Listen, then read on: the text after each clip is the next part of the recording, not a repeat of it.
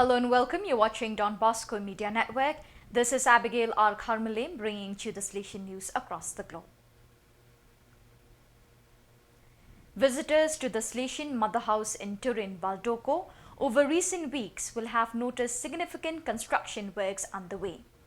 Most notably, the square in front of the basilica is undergoing renovations. Additionally, scaffolding indicates restoration work on both towers and the basilica roof. There was an urgent need to stabilize the two bell towers and especially to almost completely renew the statues of the Virgin Mary and two angels, as corrosion from exhaust gases and weather had severely damaged some statues. Experts are now working to restore these statues to their original splendor so that they can once again welcome visitors from atop the roofs of Turin. In the courtyard of Valdocco, one can currently observe the restorers at work, notice the severe rust stains, and watch as new, bright surfaces are created. Father Alfred Marivilla, General Councillor for Missions, visited the Salesian community on the island of Mauritius for missionary animation from November 4 to 7, 2024. Mauritius hosts a single Salesian presence under the Mary Immaculate Vice Province of Madagascar, MDG. The population is mainly composed of followers of Islam, Hinduism and Christianity, with Catholics making up 26% of the total population. The country has 48 parishes, 1 diocese and 1 apostolic vicariate. Salesians from Madagascar arrived in Mauritius in 2001 at the invitation of the then Bishop of Port Louis, Cardinal Maurice Peit, to assist young people in need. Upon their arrival, the first Salesians were entrusted with a parish, small diocesan training centers in various parts of the capital, and the diocesan youth ministry. The main challenges facing young people in Mauritius include family instability, which often leads to lost family ties, low educational quality resulting in high rates of functional illiteracy, even among those who complete school, and drug abuse.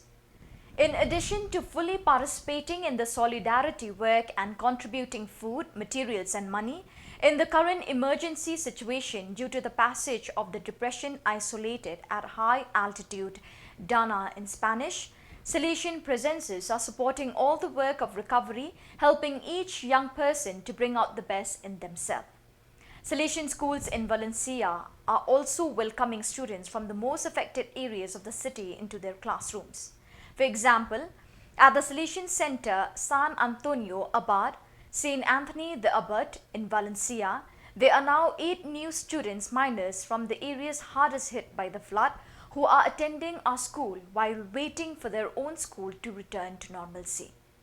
Meanwhile, at the San Juan Bosco Center in Valencia, there are 35 temporary students as the school is closer to the area most damaged by the Dana. From October 28 to 31, 2024, 25 provincial coordinators of Salesian schools from Europe and the Mediterranean basin gathered in Warsaw, Poland. Representatives from the following regions were present: Spain, France, Italy, Ireland, the United Kingdom, the Middle East, North Africa, Morocco and Egypt, Slovakia, Hungary, Poland, Portugal, Croatia, Germany and Turkey. The Salesian Schools Commission in Europe, composed of both lay people and religious, is responsible for reflecting on, updating and networking the Salesian school presence in Europe and the Middle East.